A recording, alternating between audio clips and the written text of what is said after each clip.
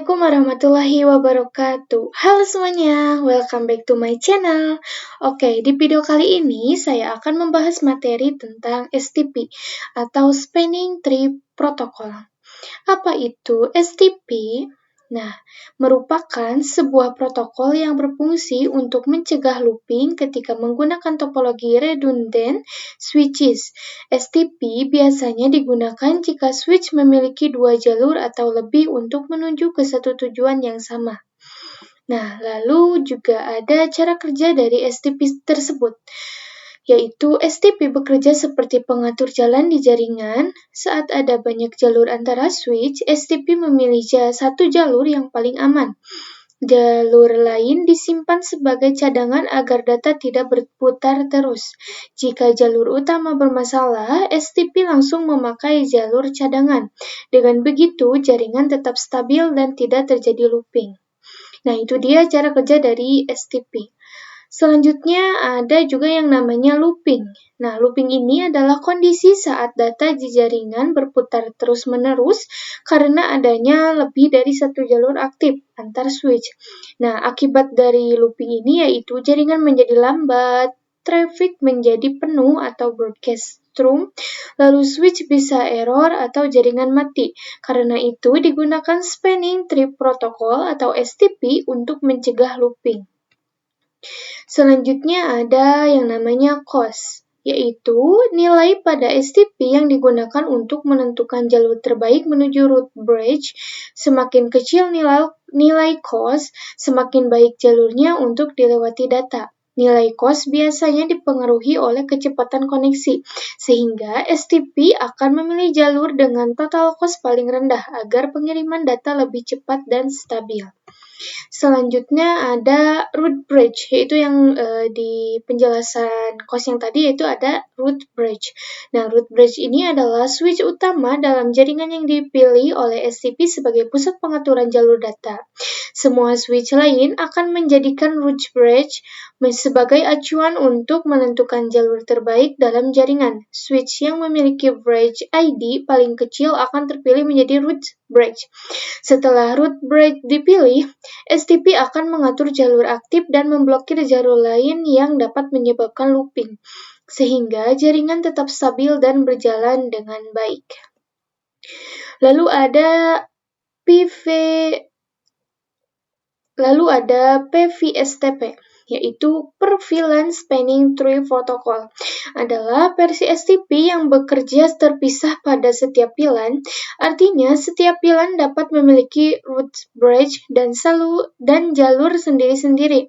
Dengan cara ini, pengaturan lalu lintas data menjadi lebih teratur, jaringan lebih stabil, dan risiko looping pada pilan dapat dicegah dengan lebih baik.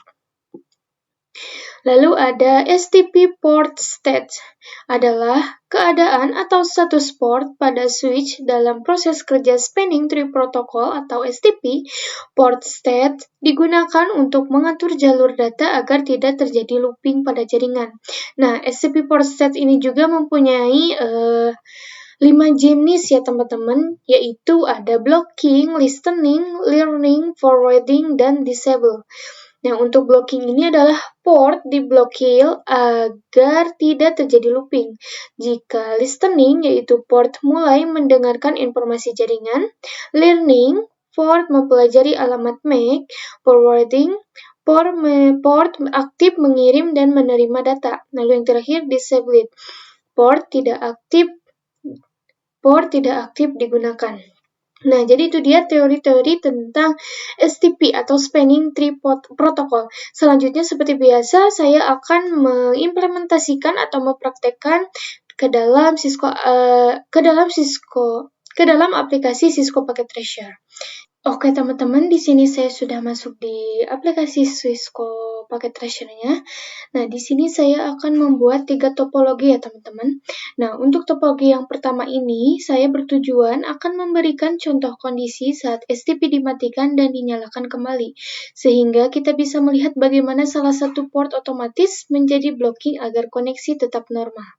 Nah, di sini saya akan menambahkan 2 PC dan juga 2 switch.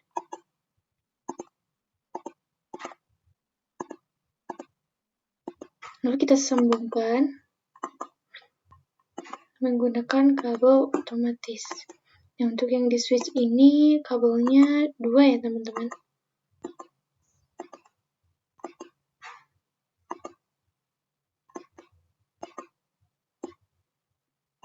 Oke, setelah ini kita hijaukan terlebih dahulu. Nah, bisa lihat di sini teman-teman, di pas Ethernet ini semuanya hijau, tetapi di pas Ethernet 2 ini ada yang berwarna oranye. Nah, ini adalah pas Ethernet yang terblocking ya teman-teman. Nah, untuk konfigurasinya di sini kita masuk dulu ke switch yang di sebelah kiri. Lalu ke mode CLI, lalu enter, lalu seperti biasa enable. Lalu configure terminal. Setelah ini kita memberikan namanya terlebih dahulu. Hostname, misal hostname-nya itu lab. Lalu kita tidak menggunakan spanning dulu ya teman-teman. Dengan no spanning tree pilihan 1. Kenapa pilihan 1? Karena pasti di setiap ini itu ada pilihan satunya ya teman-teman. Enter. Lalu setelah itu no IP domain. No IP domain lookup. Oke, setelah itu kita masuk ke switch yang di sebelah kanan ini. Mode CLI, enter, lalu enable, configure terminal, lalu no spanning tree VLAN 1. Nah, jika sudah, kita akan menambahkan IP address terlebih dahulu ya teman-teman di setiap PC-nya. Misal 11.11.11.1. Lalu di PC yang keduanya,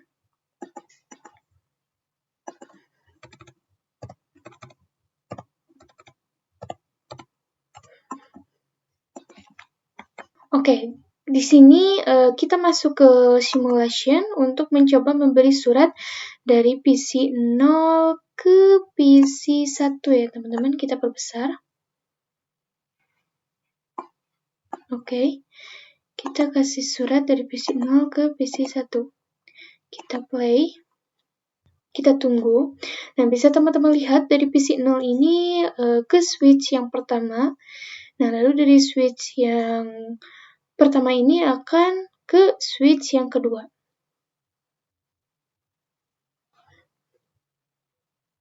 Lalu akan kembali lagi ke switch yang di sebelah kiri ini. Akan terus bolak-balik ya teman-teman untuk memastikan.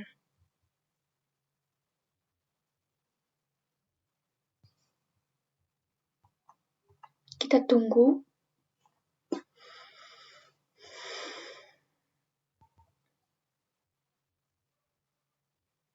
Oke, dan itu hasilnya adalah tetap in progress dan pasti akan valid ya teman-teman, karena itu seperti yang tadi di konfigurasian, yaitu tidak menggunakan spanning tree, sedangkan kita akan coba menggunakan spanning tree ya teman-teman.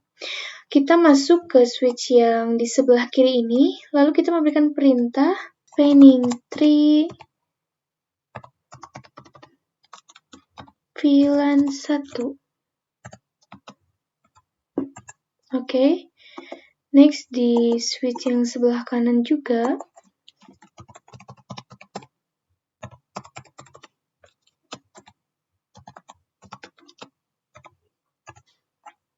Oke, sudah. Kita tunggu sampai berwarna hijau. Kita coba kasih surat dari PC 0 ke PC 1. Nah, successful ya teman-teman. Jadi itu dia adalah perbedaan dari jika kita tidak menggunakan spanning dan juga menggunakan spanning ya teman-teman. Nah, mungkin untuk topologi 1 itu saja. Kita lanjut akan ke topologi yang kedua. Dan selanjutnya yaitu topologi yang kedua. Nah, untuk topologi yang kedua ini saya akan memberikan contoh kalau setiap VLAN bisa mempunyai jalur sendiri dengan root bridge yang diatur manual agar jaringan lebih rapi dan tidak looping. Nah, untuk topologinya itu menggunakan 3 switch dan juga 3 PC ya teman-teman.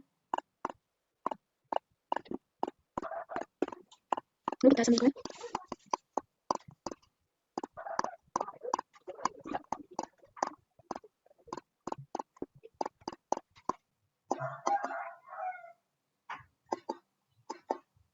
Nah, untuk konfigurasiannya kita masuk ke switch, ke mode CLI, lalu di sini kita enable configure terminal. Nah, lalu di sini kita akan membuat VLAN terlebih dahulu, misal VLAN 2 dengan name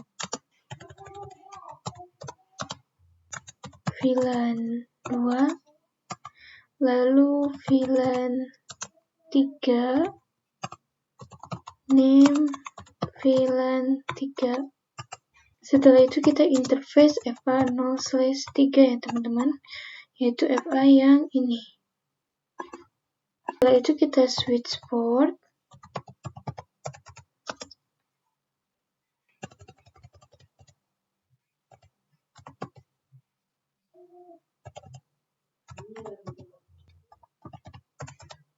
Mode akses.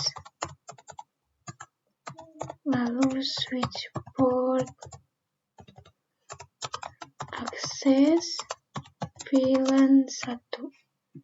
Lalu interface range FA0/1 sampai dengan FA0/2. Lalu switch port mode terang.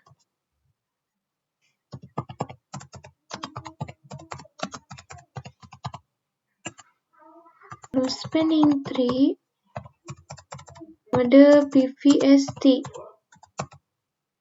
Lalu spanning tree VLAN 1 root primary. Setelah itu interface FA0/1. Lalu kita spanning tree cos 19. Oke, untuk mengeceknya kita exit terlebih dahulu.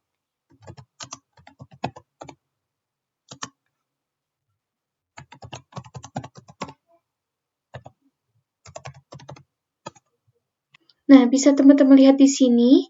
Di sini ada FA0/1, 2, dan 3, yaitu dengan forward ya teman-teman. Semuanya forward. Oke, jadi itu dia topologi yang kedua. Jadi, di topologi yang kedua ini, intinya VLAN ini mempunyai jalur sendiri. Jadi, misal mau jalur ke sini, atau ke sini. Jadi, mempunyai jalur sendiri, yaitu yang diatur manual, agar jaringan lebih rapi dan tidak terkena looping, teman-teman. Oke, selanjutnya kita akan ke topologi yang ketiga. Nah, untuk topologi yang ketiga ini, saya akan memberikan contoh cara kerja Spanning Tree Protocol atau BVST, terutama untuk melihat bagaimana switch memilih jalur terbaik dan mencegah looping pada jaringan. Nah, yaitu dengan kita tambahkan terlebih dahulu dua switch seperti topologi yang pertama tadi ya, teman-teman. Lalu kita sambungkan.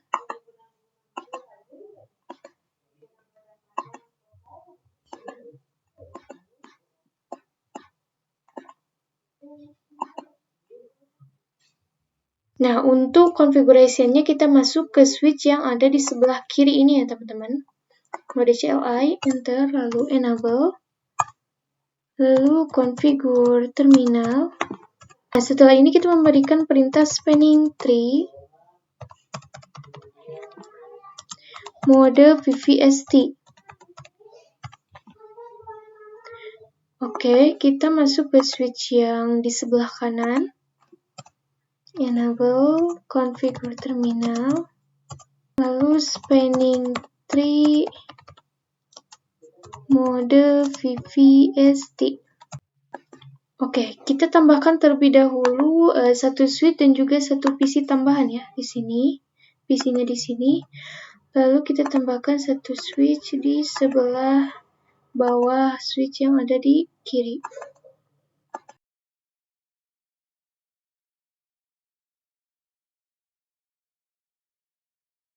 Oke, setelah itu kita akan mengecek konfigurasian yang tadi ya.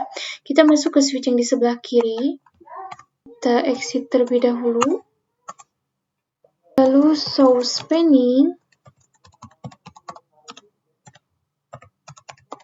interface FA0/2, yaitu interface yang terkena blocking ya teman-teman. Nah, bisa lihat di sini teman-teman, bahwa VLAN satunya itu terblokir ya teman-teman untuk di FA0/2 ini. Sedangkan kita coba untuk FA0/1. So, spanning tree interface FA0/1. Nah, kalau di FA0/1 ini, forward ya teman-teman, tidak terblocking. Oke, setelah itu kita akan konfigurasikan lagi di switch yang ketiga atau switch yang ini. Ke mode CLI, enter, enable, configure terminal, lalu spanning tree, mode BPST. Setelah itu kita interface FA0/3, lalu spanning tree, port path. Nah, di sini ada warning ya teman-teman atau peringatan. Kita coba ke switch yang kedua ini atau yang di sebelah kanan ini. Kita enter, lalu spanning tree, mode PVST, lalu interface FA0/3, lalu spanning tree, port path. Nah, di sini juga sama ya teman-teman, kita mendapatkan peringatan atau warning. Nah, lalu di sini untuk konfigurasi terakhir kita akan coba mengeceknya. Exit. Kita memberikan perintah show spanning tree interface FA0/3 detail. Nah, di sini bisa terlihat cost-nya 19, lalu port priority-nya 128, dan bridge-nya itu 32769. Dan juga forward ya teman-teman. Nah, lalu terakhir kita konfigurasi show spanning tree summary. Nah, show spanning tree summary ya teman-teman. Nah, di sini routingnya 3, lalu STP aktifnya 3, dan juga 3, 3, 3, 3. Semuanya aktif ya teman-teman. Oke, jadi itu dia topologi 1, 2, dan 3 yang saya praktekkan. Semoga teman-teman dapat mengerti ya teman-teman tentang topologi yang sudah tadi saya buatkan dan saya jelaskan.